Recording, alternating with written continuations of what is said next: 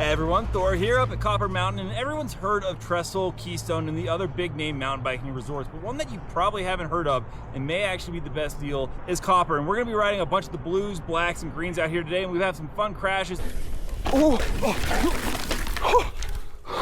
But without further ado, let's start hitting it. If you've watched pretty much any Colorado mountain biking content, you've probably heard people rave about Trestle or maybe Keystone, and they deserve their praise. They're incredible bike parks, but somehow Copper Mountain almost never enters the conversation. It's kind of the forgotten middle child of Colorado lift-serve biking, and after spending a full day riding everything from green cruisers to black diamond, I think that's a mistake. You see, Copper isn't trying to be the biggest park in Colorado, and it's not trying to throw the most massive jump lines at you. Instead, it quietly delivers one of the most well-rounded riding experiences on the front range, and the best part is it's usually less crowded, easier to lap, and incredibly affordable for a lift ticket at only $50. It's one of the best values you'll find at any major Colorado resort, and that alone made it worth checking out if you're trying to maximize ride time without emptying your wallet. Now, there are some downsides, and we'll get to those later, but after today, I honestly think Copper deserves way more attention than it gets, and like in my other videos, we'll have the trail difficulty and name in the top left corner so you can see if it's something you want to hit. But since everyone always wants to know if a park has legit technical riding, let's start with Black Mamba. It's one of Copper's signature black diamond trails, and it wastes absolutely no time. Right off the lift, the trail points downhill with a steep fall line descent that naturally builds speed before you even realize how fast you're going. Unlike machine-built flow trails that gently snake across the mountain, Black Mamba embraces the terrain. There's embedded rocks, exposed roots, loose alpine dirt. You're constantly reading the trail and picking your line. It feels natural and raw, like someone simply found the best way down the mountain and decided to build around it. One of my favorite sections has to be the wooden bridge network through the middle of the trail. Instead of just being there for looks, they smoothly connect technical terrain while protecting water runoff across the mountain. Then comes the signature wooden drop into the steep step up. It's one of those features where your speed has to be just right. Too slow and you're fighting to make the climb. Too fast and you're suddenly wondering why life insurance exists. Lower down the trail, it changes personality again. The dirt becomes that classic Colorado loam that everyone loves, mixed with roots and steep chutes that keep you engaged all the way back toward the village. It's challenging without feeling unfair. It's exactly what you want from a black trail. But let's completely switch gears now. One thing Copper does surprisingly well is making beginner riding actually enjoyable. Copper Tone isn't just some boring access road they slapped a green circle on. It's a genuine top to bottom beginner descent that still lets newer riders experience almost 1,400 vertical feet. And the trail is incredibly wide with huge sight lines across ski runs, smooth machine groomed dirt, and mellow sweeping corners that let you focus on body position instead of survival. There are no mandatory jumps or hidden drops or sketchy surprises waiting around blind corners. It's simply confidence building from top to bottom, and that's important. A lot of bike parks claim to have beginner terrain, but the second someone gets nervous, they accidentally wander onto something way above their skill level. Copper's progression feels really intentional. Then we jumped over to Gopher It. If I had to describe this trail in one word, rhythm. Everything about it flows. Instead of charging straight down the mountain, the trail meanders across the slope with perfectly shaped rolls and huge supportive berms that almost feel like they're encouraging you to go faster. The tabletop jumps are where this trail really shines. Every feature is completely rollable, meaning newer riders can safely work on jumping while experienced riders can boost everything in sight. As I said earlier, that's one thing Copper seems to understand really well: progression. The jumps aren't designed to punish mistakes, they're designed to teach you. By the bottom of the run, I found myself carrying way more speed than I expected, simply because every corner naturally feeds momentum into the next feature. This mountain bike park honestly feels a ton like if Trestle and Keystone had a baby, with the blacks and harder runs having more tech terrain like Keystone and the flowy jumpy sections feeling just like Trestle. And then next up is Redtail, and the trail is again completely different. Instead of huge jumps and sculpted flow, Redtail feels like a classic Colorado single track. It's nearly 4 miles long and weaves through forests, crosses ski runs, dives back into tight trees, and constantly changes character. One minute you're carving smooth dirt, the next you're threading through embedded rock sections or balancing across a narrow bench cut trail carved into the mountainside. Because it's so long, fatigue actually becomes part of the challenge. It's less about surviving one huge feature and more about maintaining focus for nearly 4 miles of continuous riding. It's the kind of trail that quietly reminds you your forearms exist. But if Gopher It is the all-around flow trail, Jackrabbit Jumps is where Copper starts speaking directly to riders who love getting airborne. Every jump has a sharper lip. The berms are bigger. Everything is built to send you into the air in a predictable way. Again, they're tabletop, so if you don't clear one, you're not suddenly starring in your own crash compilation. You simply land on top and keep rolling. falling. It makes learning jumps surprisingly approachable while still being fun enough that experienced riders can spend lap after lap here dialing in tricks. Again, this made me feel a ton like I was at Trestle, and I loved this area in particular. Then came one of the more interesting surprises of the day, Soil Test. Officially, it's considered one of Copper's easiest technical descents, but don't let the green rating completely fool you. The trail is old school mountain biking. There's off-camber corners, roots, loose shale, deep braking bumps, dust. Well, not too much today with the dust because we just had some rain. We needed that greatly, but it constantly changes underneath your tires. Rather than relying on machine-built features, the mountain itself becomes the obstacle. It almost feels like riding a backcountry trail that just happens to have a chairlift at the top. Over 4 miles again of continuous descending, your suspension is going to be getting a workout. Your hands are also definitely going to be getting a workout, and your line choice matters far more than raw speed. So how does Copper compare to the other front range bike parks? If Keystone is known for fast flow, massive jump lines, and technical descending, and Trestle has built its reputation as Colorado's premier gravity bike park with arguably the deepest trail network in the state, Copper sits somewhere comfortably in between. It doesn't quite have Trestle's sheer quantity of advanced terrain, and it doesn't have Keystone's extensive network of black and double black options either. Instead, Copper focuses on progression. You can genuinely start on beginner trails, move into flowing blues, experiment with jumps, tackle natural single track, and finish the day on legitimate black diamonds without ever feeling like the mountain skipped a step. For riders improving their skills, it's honestly one of the best trail progressions I've experienced. Now, I do have one criticism. Copper currently only has 2 true black diamond trails. Both are fun and worth riding, but if you're an advanced rider spending multiple days here, you'll probably wish there was more expert options to rotate between. The good news is Copper is actively expanding. Construction is still happening through the portions of the bike park, so it's pretty clear they're continuing to invest in new terrain. If they eventually add several more black trails or even a double black line, I think Copper suddenly becomes a much more serious destination for experienced riders. And at the end of the day, I think Copper's biggest problem isn't the riding, it's the reputation. People automatically recommend Trestle and Keystone. Copper rarely gets mentioned. After riding nearly everything this mountain had to offer today, I honestly don't think that's deserved. The lift ticket value is fantastic, the progression is excellent, the trails are incredibly varied, the maintenance is solid, and because it flies under the radar, you're often spending more time riding and less time waiting in line. No, it isn't trying to replace Trestle, it isn't trying to beat Keystone at their own game. Copper simply offers its own style of riding, and it does it really, really well. If you've been sleeping on Copper Mountain Bike Park like I have, it might be time to wake up.